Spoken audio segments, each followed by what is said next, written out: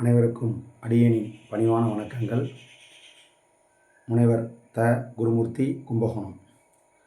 பொதுவாக ஜோதிடத்தில் ஒரு ஆன்மா பிறப்பெடுக்கிறது இந்த பூமியில் என்று சொன்னால் அதற்கு ஆரம்ப தேதி முடிவு தேதி என்று அன்றே நிர்ணயிக்கப்பட்டு விடுகிறது.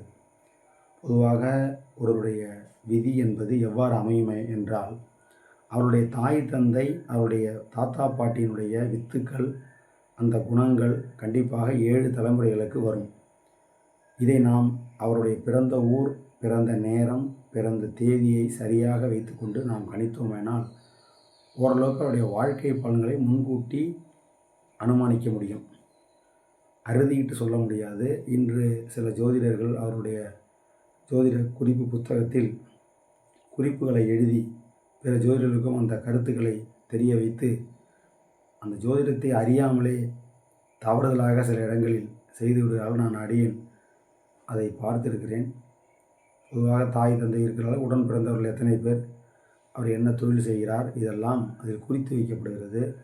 இவரோட உடன் பிறந்தவர்கள் ஆனா பெண்ணா, எத்தனை பேர் தவறி இருக்கிறார்கள், அவர்கள் என்ன பணி செய்கிறார்கள், இதெல்லாம் குறிப்பாக எண்களில் குறித்து வைக்கிறார்கள். உங்களுடைய அந்த ஜாதக நோட்டை எடுத்தால் அதில் நீங்கள் பார்க்கும் பொழுது அந்த நம்பர்கள் இருக்கும்போது அதை நீங்கள் அழித்து விடவும்.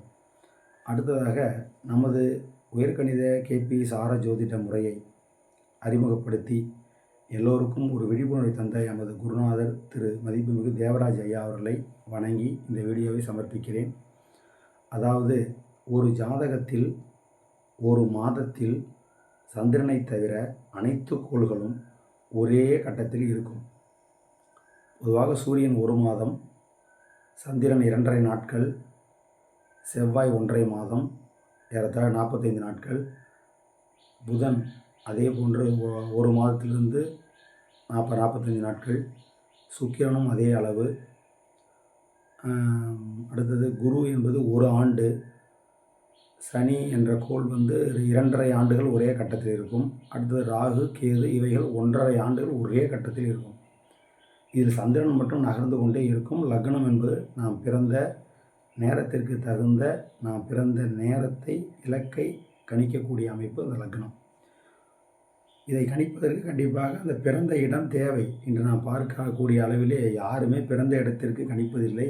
பெரும்பாலானவர்கள் அந்த ஊருக்கான அவர் பிறந்த நேரத்தை நேர திருத்தம் சரியாக செய்து அவருடைய வாழ்க்கை பல பலன்களோடு ஒத்து வருமாறு ஒரு 20 நொடிகள், வினாடிகள் அதை குறைத்து அல்லது கூட்டி நாம் சரி செய்ய முடியும். அந்த அளவுக்கு நமது பயிற்சி மைய குருநாதர் அவர்கள் செய்திருக்கிறார்கள். இந்த மென்பொருள் மிகவும் சக்தி வாய்ந்த ஒரு டூல்ஸ். எனவே ஒருவருடைய வாழ்க்கையை கணிக்கும் பொழுது அவருக்கு அந்த கோள்கள் அந்த பாவத்தில் இருக்கின்றனவா, பொதுவாக ராசி கட்டம் என்று ஒரு 12 கட்டம் போட்டிருக்கும். அதில் கோள்கள் அடைக்கப்பட்டிருக்கும்.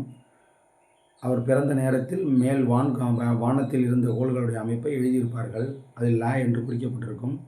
இது என்பது ஒரு பொதுவான அமைப்பு. பொதுவாக அந்த மாதத்திலே ஒரு மனிதன் பிறக்கக்கூடிய நாளை அதே தேதியை மறுநாள் போட்டாலும் அதே கோள்கள் அமைப்பு தான் வரும். இன்று ரிஷபராசி என்றால் இன்று நாளை காலை வரைக்குமே ரிஷபராசி தான் சந்திரன் போடப்பட்டிருக்கும். அப்பொழுது அந்த ராசி பொதுவாக இருக்கும்போது எல்லோருக்கும் ஒரே அமைப்பு எவ்வாறு வேலை செய்யும் என்பதை நீங்கள் உங்களுடைய சிந்தனைக்கு நான் விட்டுவிடுகிறேன். எனவே இந்த ஜாதகத்தை நாம் கணிக்கும் பொழுது பாவம் மிக மிக முக்கியம். பாவத்தை தான் கோள்கள் பணி செய்யும். அதாவது பாவத்தில் இருக்கக்கூடிய கோள்கள் அந்த பாவத்தின் வேலைகளை செய்யும். எடுத்துக்காட்டாக 3ஆம் பாவத்தில் ஒரு கோள் இருக்கிறது என்றால் 3ஆம் பாவம் பொதுவாக பயணம், இளைய சகோதர ஸ்தானம், அதாவது அடிக்கடி அப்டேட், இந்த மென்பொருள் தயாரிப்பு, கம்ப்யூட்டர், இது போன்ற அமைப்புகளில் இந்த 3ஆம் பாவம் நிறைய வைத்து கழுத்து, உடல் பகுதியில் கழுத்தை வைத்திருக்கிறது. ஒரு பயணம் அதிகமாக செய்வாரா செய்ய மாட்டாரா என்பதை இந்த 3ஆம் பாவத்தை வைத்து நாம் தெளிவாக கணிக்க முடியும். பயணங்களால் சிலருக்கு பிரச்சனைகள் உண்டா, பயணங்களால் நன்மை உண்டா என்பதையும் நாம் பார்க்க முடியும். அதாவது அந்த 3ஆம் பாவம் தொடர்பு கொள்ளக்கூடிய பாவம் 8-12ஆக இல்லாமல் இருந்தாலே அந்த பயணம் சிறப்பாகவும் பயணத்தால் பொருளாதாரம் ஈட்டக்கூடிய அமைப்புகளை நாம் கணிக்க முடியும். மகிழ்ச்சிக்காக செல்லக்கூடிய பயணம் என்பது ஒற்றைப்படையில் வரும். பொருளாதாரத்திற்காக செல்லக்கூடிய பயணம் என்பது இரட்டைப்படையில் வரும். இந்த இரட்டைப்படையில் வரக்கூடிய 8ஆம் பாவம் லக்னத்தை கெடுக்கும், 12ஆம் பாவம் அதுவும் லக்னத்தை கெடுக்கும். அதாவது ஒரு மனிதனுடைய எண்ண அலைகளை மாற்றக்கூடிய அமைப்பு இந்த 8, 12க்கு உண்டு. எனவே ஒருவருக்கு நடைபெறக்கூடிய அந்த அமைப்பானது அந்த பாவத்தில் தான் அந்த கோள்கள் இருக்கின்றனவா? எடுத்துக்காட்டாக ஒருவருக்கு ராசி கட்டத்தில் சிம்மத்திலே குரு என்று போடப்பட்டிருக்கும். அந்த பாவம் 3ஆம் பாவமாக இருக்கிறது என்று வைத்துக்கொள்ளுங்கள். ஆனால் அந்த பாவத்தை அந்த பிறந்த ஊருக்காக நாம் தனியாக துல்லியமாக ஆராய்ந்து பார்க்கும்பொழுது அந்த குருவானது 3ஆம் பாவத்தில் தான் இருக்கிறதா? 3ஆம் பாவத்துடைய எல்லை டிகிரி ஒரு 11 டிகிரி என்றால் குரு 9 டிகிரியில் இருந்தால் அது பொதுவாக 2ஆம் பாவத்தில் இருப்பதாக நாம் பலனை எடுக்க வேண்டும். இன்று ஓரளவுக்கு பொதுவாக அவர்கள் ராசி கட்டத்தை சரசரவென்று குறித்து பார்த்து அந்த பலன்களை தவறுதலாகவும் சொல்ல சிலர் விழைகின்றனர். நான் எல்லோரையும் சொல்லவில்லை. இந்த பாவம் போடாத கணக்கு அது பாவத்தை தரும். பாவம் போட்டு அந்த 12 பாவங்களுக்குள் கோள்கள் எங்கெங்கே இருக்கின்றன நீங்கள் பார்த்தாலே தெரியும். ஒரு ராசி கட்டத்தில் இருக்கக்கூடிய பொதுவான அமைப்பு அது. அதை வைத்து பலன் சொல்லவே முடியாது. சும்மா சொல்லலாம். யோகங்கள், குரு சந்திர யோகம், குரு மங்கள யோகம், சந்திரமங்கல யோகம், சகட யோகம், ராகு கேது தோஷம், செவ்வாய் தோஷம், இதெல்லாம் ஒரு மூட்டைகளை அவிழ்த்து விடுகிறார்கள். பொதுவாக ஜாதகத்தில் யாருக்கும் தோஷம் இல்லாத ஜாதகமே இல்லை. யாருக்கும் சிறப்பான ஜாதகம் என்று சொல்ல முடியாது. யாருக்கும் மோசமான அமைப்பு என்று சொல்ல முடியாது. அவரவர்கள் பிறந்த நேரம் அவர்களுக்கே உரியது. ஒருவர் 7 மணிக்கு பிறக்கிறார் என்றால் 7 மணி 30 வினாடிகளா, 7 மணி 42 வினாடிகளா, அல்லது 6 மணி 59 நிமிடங்கள் 11 வினாடியா என்பதை எங்களால் இந்த மென்பொருளால் கணிக்க முடியும். அதற்கு ஒரு ஆளும் கிரகங்கள் என்ற ஒரு அமைப்பு இருக்கிறது. அது பொதுவானவர்களுக்கு அது புரியாது. நாங்கள் அந்த ஃபார்முலாவை வைத்து தான் பொதுவாக அதை சரி செய்து, அதாவது எங்களுக்கு ஒரு 30 வினாடி அல்லது 20 வினாடி குறைக்கவோ கூட்டவோ எங்களால் செய்ய முடியும். அதாவது ஒரு நிமிடத்தில் ஏறத்தாழ 20லிருந்து 21 வகையான நாங்கள் ஜாதக அமைப்புகளை எடுக்க முடியும். அவ்வாறு என்றால் 2 நிமிடம் தவறி போனால் பலன்கள் முற்றுமாக மாறிவிடும். எனவே உங்களுடைய ஜாதகத்தை பார்க்கும் பொழுது அந்த பாவத்தில் கோள்கள் இருந்து அந்த பாவத்தை தான் இயக்குகின்றதா, அல்லது அந்த பாவத்திற்கு பின் பாவத்தில் அந்த கோள்கள் இருக்கின்றனவா என்று பார்க்க வேண்டும். பொதுவாக ஒரு 7ஆம் பாவத்தில் செவ்வாய் இருக்கிறது என்றால் சிறப்பான அமைப்பு அது. மனைவியால் யோகம். செவ்வாய் 7 இருந்தால் நல்ல யோகம்தான். இன்று பார்த்தால் நிறைய பேர் 7 செவ்வாய் தோஷம் என்கிறார்கள். வைத்தீசன் கோயிலுக்கு செல்லுங்கள், அங்கே பரிகாரம் செய்யுங்கள், உங்களுக்கு சரியாகிவிடும், முருகனை வழிபடுங்கள் என்று பரிகாரத்திற்குள் வந்து விடுகிறார்கள். எனவே பரிகாரம் என்பது வேறு, ஜோதிடம் என்பது வேறு.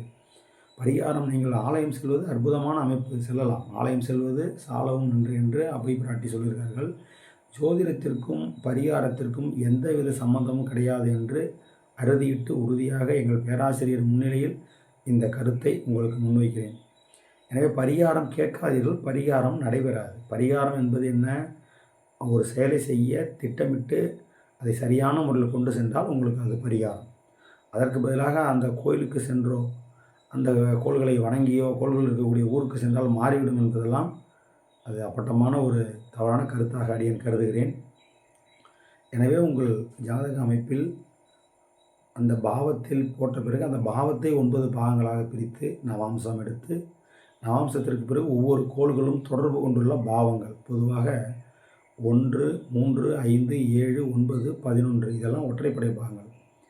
இந்த பாவங்கள் என்ன செய்யும் என்றால் ஒரு மனிதனுக்கு அக வாழ்க்கையை உயர்த்தி கொடுக்கும். மனமகிழ்ச்சி, சந்தோஷம், குழந்தைகள், இரையாற்றல், நல்ல சிந்தனைகள், விரைவாக செயல்படுதல்,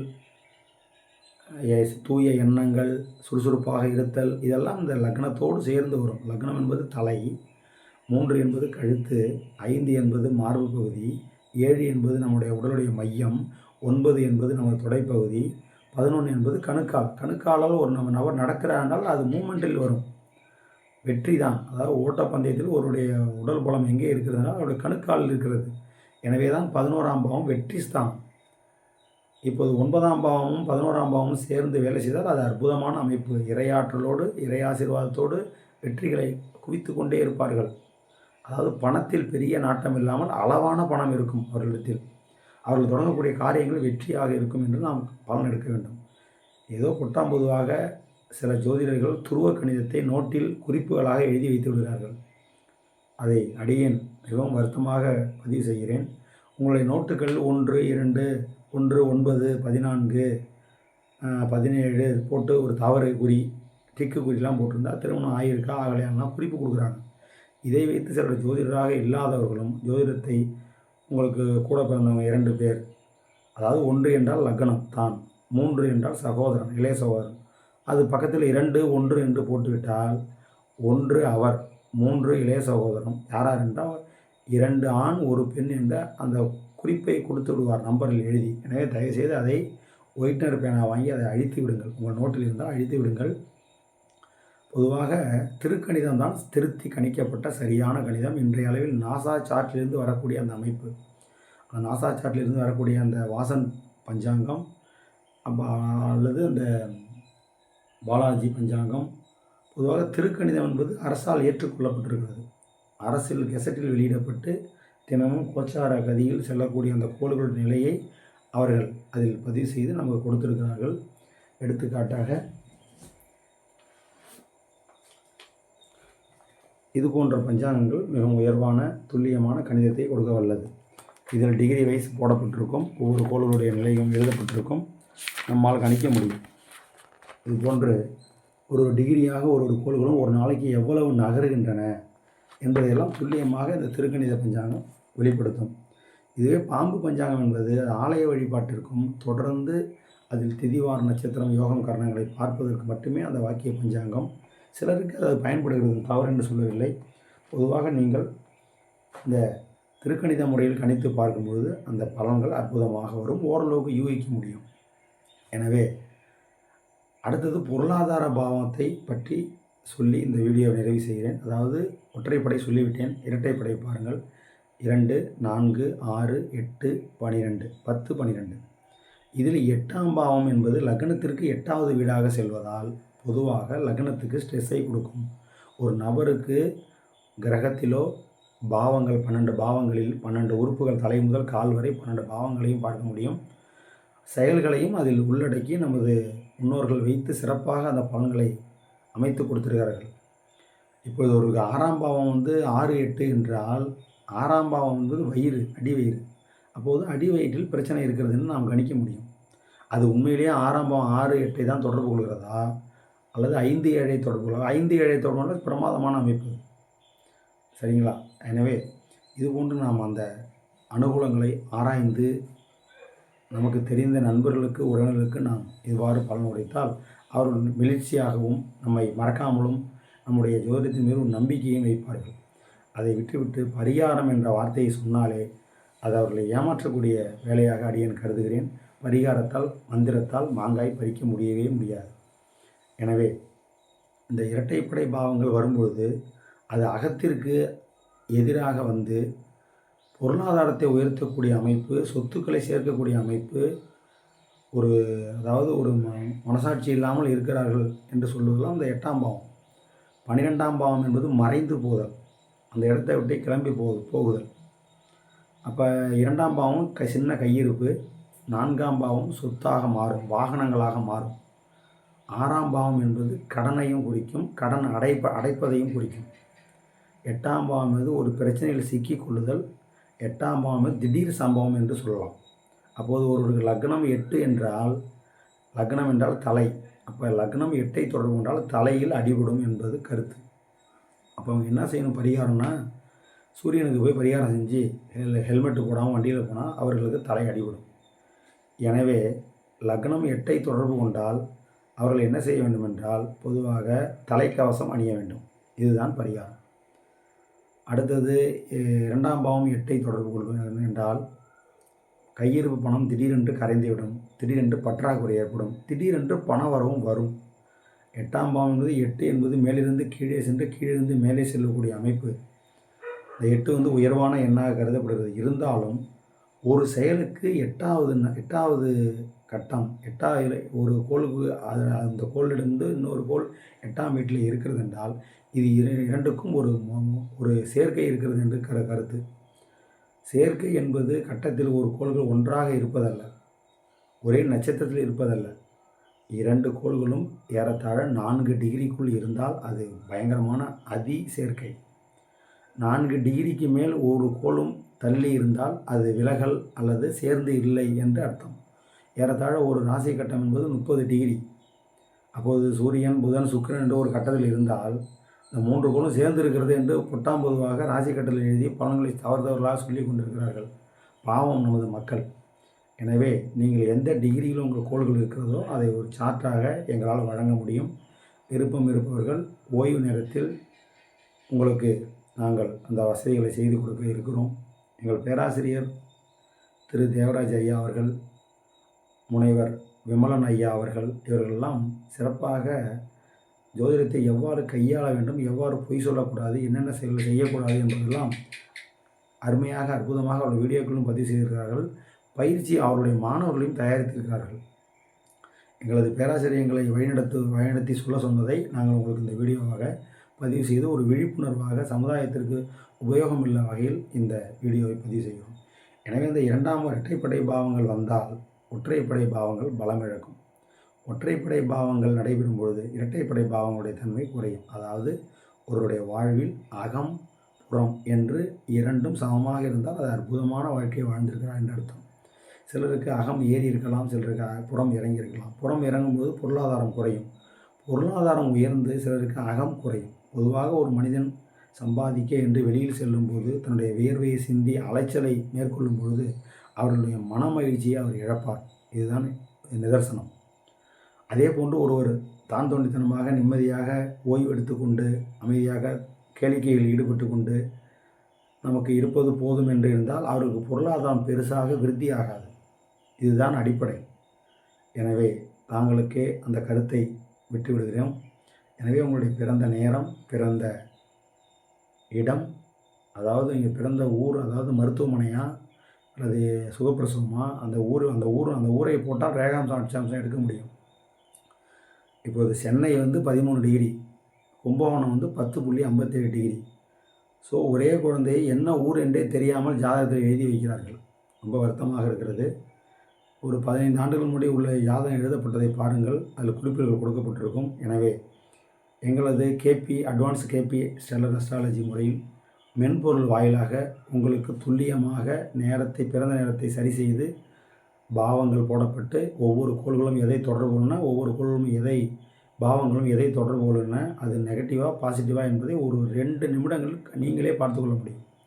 இதை நாங்கள் பொய் சொல்வதோ ஏற்றி சொல்வதோ இறக்க சொல்வதோ முடியாது. ஏனென்றால் எங்களது குருநாதர் அவர்கள் அந்த சாஃப்ட்வேரில் கேபி போட்டிங்கன்னா உங்களுடைய கிராஃபே வந்துடும். அகத்துக்கு ஒரு சூரியன் எவ்வளோ % இருக்குது, புறத்துக்கு எவ்வளோ இருக்குது. சூரியன் ஒரு 70%ன்னு வச்சுக்கிங்க. அதில் பச்சை நிறமாக அடிக்கப்பட்டிருக்கும் பார்கோடு. தானாகவே அந்த சாஃப்ட்வேர் எடுத்துக்கும். நாங்கள் பொய் சொல்ல முடியாது. சூரியனால் உங்களுக்கு கெடுதல்னு சொல்ல முடியாது. அதை சமயத்தில் அகமும் நல்லா இருந்து புறமும் நல்லா இருக்கலாம் சூரியன். இப்போ சிலருக்கு பாருங்கள், சூரியன் பிளாக்காக அடிச்சிருக்கும். 10% உள்ள தான் இருக்கும். அப்போ இந்த வீக்காக இருக்கும் பொழுது அந்த சூரிய தசையோ சூரிய சம்பந்தப்பட்ட காரகங்கள் நாம் செய்யும்போது கவனமாக இருக்க வேண்டும். அந்த தசையோ புத்தியோ தீமைகளை கொடுக்க வாய்ப்புகள் இருக்கிறது. அதே போல் மஞ்சள் நிறத்தில் ஒரு கிராஃப் இருக்கும். அந்த மஞ்சள் நிறத்தில் பார்த்தீர்களானால் அது மிதமான பலன்களை கொடுக்கும் என்பது நாம் எடுத்துக்கொள்ளலாம். நீலம் என்பது அதைவிட குறைவு. கருப்பு வந்தால் மிகவும் பலமிழந்திருக்கிறது. சிகப்பு வந்துவிட்டால் கண்டிப்பாக அந்த கோளும் அந்த பாவமும் கண்டிப்பாக கெட்டிருக்கிறதுன்னு நீங்களே பார்த்து கொள்ள முடியும். விருப்பமுள்ளவர்கள் அடியனை ஞாயிற்றுக்கிழமையில் ஓய்வு நேரத்தில் தொலைபேசியில் அழைக்கலாம். நன்றி, வணக்கம். ஓரளவுக்கு உங்களுக்கு விழிப்புணர்வு தந்திருக்கும். இந்த வீடியோ நீண்ட வீடியோவாக சென்று விட்டது. அடுத்த வீடியோக்களை குறிப்பிட்ட தலைப்பின் வாயிலாக உங்களுக்கு வழங்க இருக்கிறோம். நன்றி. நீங்களும் உங்கள் அன்பு குடும்பமும் உங்கள் அன்பு சொந்தங்களும் வாழ்க வையகம், வாழ்க வையகம், வாழ்க வளமுடன் என்று கூறி இந்த வீடியோ நிறைவு செய்கிறேன். நன்றி, வணக்கம். பிடித்திருப்பவர்கள் இந்த வீடியோவுக்கு பின்புறம் உங்களுடைய கருத்துக்களை பதிவு செய்யலாம். விருப்பம் இருப்பவர்கள் விருப்பம் செய்யலாம். நன்றி, வணக்கம். அருட்பெருஞ்சோதி, அருட்பெருஞ்சோதி, தனிப்பெரும் கருணை, அருட்பெருஞ்சோதி. திருச்சிற்றம்பலம்.